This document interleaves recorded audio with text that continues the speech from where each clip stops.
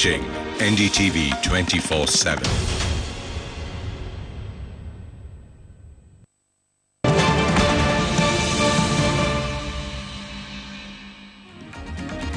Hello and welcome to this special edition of Agenda from Bengaluru.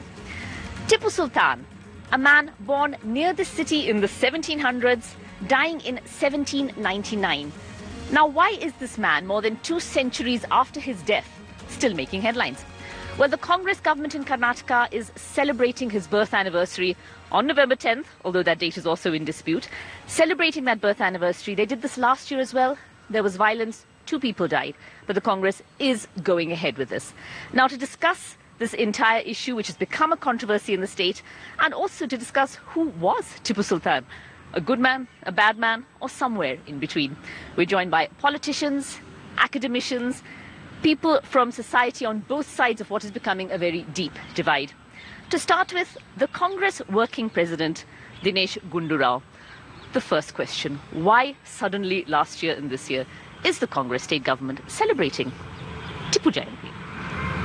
See, Tipu Jayanti was always celebrated by many organizations, by many people even before, and even I have attended many Tipu Jayanti functions in my political career.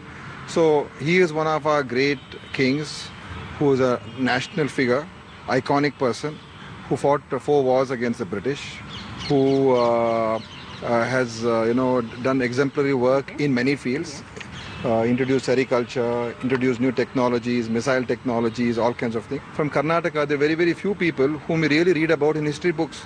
We read about Rani Lakshmibai, we read about Tipu Sultan. These are our great people whom we read about in our history books from Karnataka. But so celebrating it privately, like you said, you've attended many functions, but celebrating it privately and making it a state celebration, that's a big, very different thing.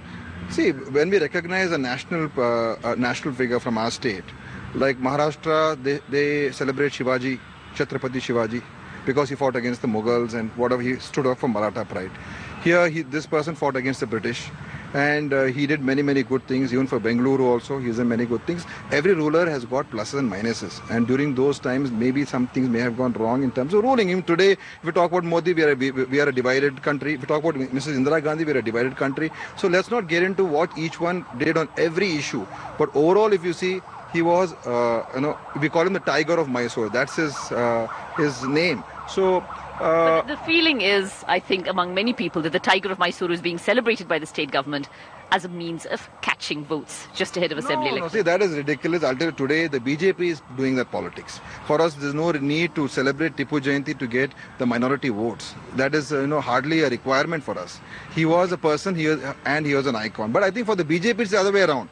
They want to polarize the votes on these lines and make this into a big issue, trying to communalize the whole situation just because he was a Muslim king. Now, Tejasvi Surya of the BJP, General Secretary, the Congress saying that you are the ones doing the politicization, that the BJP is making it a political issue for the vote. Who started the Tipu Jayanti in the first place? It's not us who started this.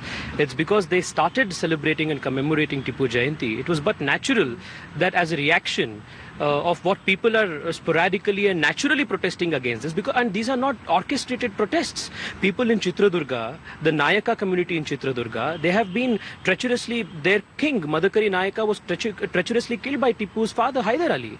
They have a long-standing grouse. People in Coorg, the Kodavas, have been ruthlessly massacred by Tipu, and they have a natural grouse. So people naturally came on the streets and started protesting. It's a small section of people who are trying to misguide history by rewriting and negating the real historical facts and trying to project him as the Tiger of Mysore, where in reality he was the tyrant of Mysore. So, Tiger of Mysore, tyrant of Mysore. Who was Tipu Sultan now? Aga Sultan, you're an educationist and a social worker here in Bengaluru. Do you agree with that assessment of Tipu Sultan? I totally disagree with my friend from the BJP. I would like to say one thing. Tipu Sultan was the best example of coexistence between Hindus and Muslims. You agree with that? Tipu Sultan has destroyed 8,000 Hindu temples. If that is an example of communal harmony, then I think then I'm at loss of words. You know his palace in Srirangpatna? Okay. This is the famous Ranganatha temple. There are 2 other temples there, even in Bangalore. His palace has a temple, number 1. Number 2, the number of the grants that he has given during his tenure to the temples is much more to what he did to the Muslim masjids. Record speaks. Number 3, the amount of land that he has given free to the temples is so much an extent that is unimaginable. Number 4, his army was full of Hindus. Okay, and in a war, whichever war is bad. In a war, when things happen, the king doesn't see the Muslim, Christian, Sikh or Isai. It is just that expansion of a territory. Number 6, he was the first person to have raised the revolt against the Britishers. Giridhar Upadhyaya, you're president of Mantana, but also a member of the RSS. Yeah. Now, a freedom fighter. Some of those people who were brutal against the people of this country, who converted thousands of people, are considered as freedom fighter, and Tipu Sultan is one among them.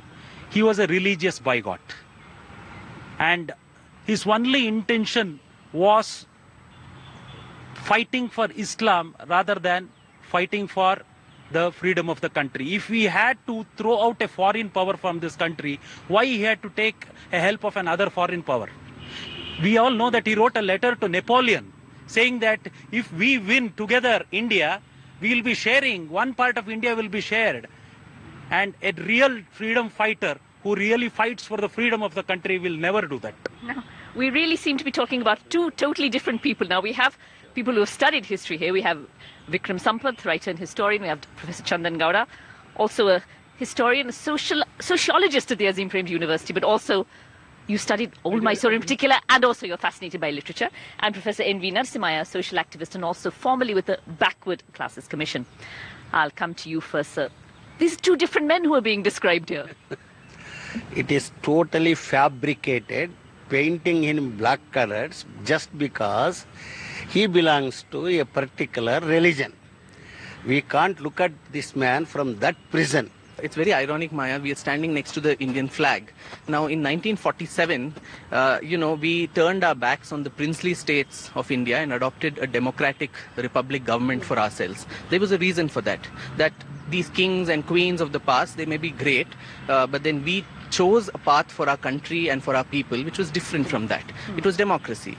And so we can go back as far in the past. Why not celebrate the Shatavahanas? Why not the Rashtrakutas? Why not Kittur Rani Channamma? Why not someone else? So there is no end to this. And as you rightly pointed out, private groups or a Tipu Sultan fan club doing something is perfectly fine. I mean, there can be as many number of plays and, commemorations of his birth and death anniversaries, but the state government using taxpayers' money to do something like this when actually a lot of people have genuine opposition. It's ironic that this issue has united the Syrian Christians in Mangalore, the RSS, and the Kodavas, the Malayalis in Kerala, who still consider him as quite a hated figure. Freedom fight and all that meant nothing in the time Tipu lived because there was no concept of India then. I mean... so the big issue, he's often described as India's first freedom fighter. You don't agree with that? If he could take a French help, which was as colonial, it took us longer time to get Pondicherry out of French rule than the rest of India. Dr. Gowda, history, politics certainly overlapping hugely in this particular case. So in this discussion, I think we need to disentangle two things. Whether you want to commemorate him or not is a separate question. Then the question of how you remember him. Yes. How you remember him is a difficult task because he's from 250 years ago. But that he's a multi-dimensional, fascinating figure nobody can deny. All along, we have remembered him for his heroism. The last 2 decades, then we come to hear other stories about him. It becomes convenient to highlight a few things about him. Fabrication may be there, false memories could be created. And even when memories are real, let's say he talked about the hatred of the Kodavas and the Christians of Mangalore, you can't just view that as he hurt them and they remember him negatively. Why did he hurt them? He saw them as colluding with the British. Marathas plundered Sringeri Mutt in Chikmagalur. Didn't they do that? And who came to the rescue of the pontiff at that time? It is Tipu. And who gave that Sharda deity on sandalwood? It is him. He protected it. He was a politician. He was not a saint. So like all of them, he would also, real politics is what would, influence him.